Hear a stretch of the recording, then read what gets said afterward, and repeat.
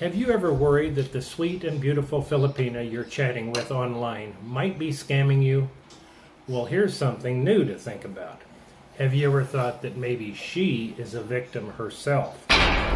We'll talk about this dark and sinister prospect today on Escape to the Philippines.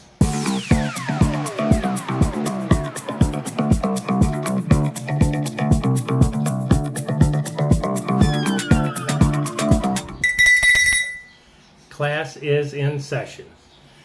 BBC News this past week had a disturbing story about a raid that rescued 658 women and men, including 383 Filipinos, from a scam center being operated about 100 kilometers north of Manila.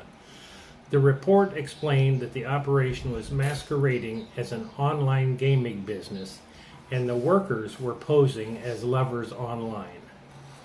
But these workers were victims themselves.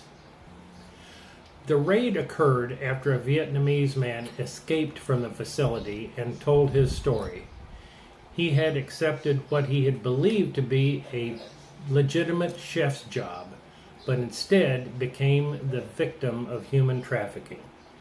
And, like many of the others, he had his passport confiscated to trap him. He was bearing signs of torture when he escaped, including scars and marks from torture by electricity, according to Winston Casio, spokesman for the Presidential Commission Against Organized Crime. The operation's activities included frauds involving investment in businesses, cryptocurrency, and the love scams. These scam centers have proliferated across Southeast Asia in the last 2 to 3 years.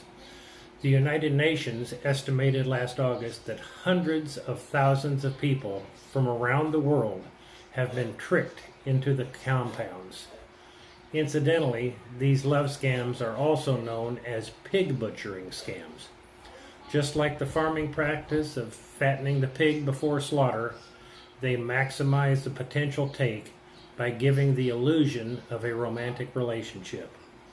Sadly, those trapped in the center are forced, under threat of violence, to regularly send sweet nothings and even pictures to their victims before separating them from their money. So don't be the pig. If you can, meet your Filipino love in person. Boots on the ground is always preferable. But let's face it, with an 8,000-mile separation, the modern online method is sometimes the only option initially.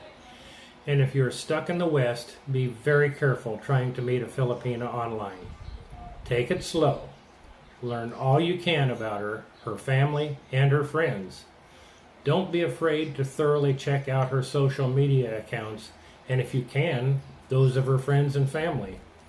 If you can't find any, or if they object, that's a red flag.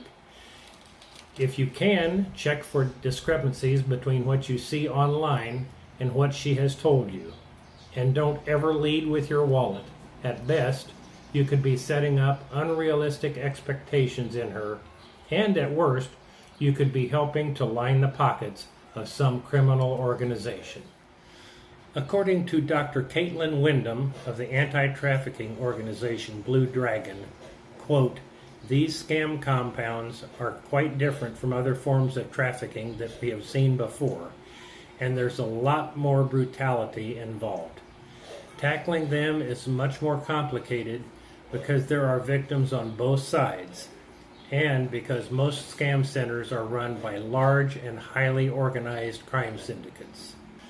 The industry is also proving obscenely profitable, raking in sums equivalent to billions of dollars, according to the UN Office on Drugs and Crime. So be careful out there. Don't be a pig. Class is dismissed.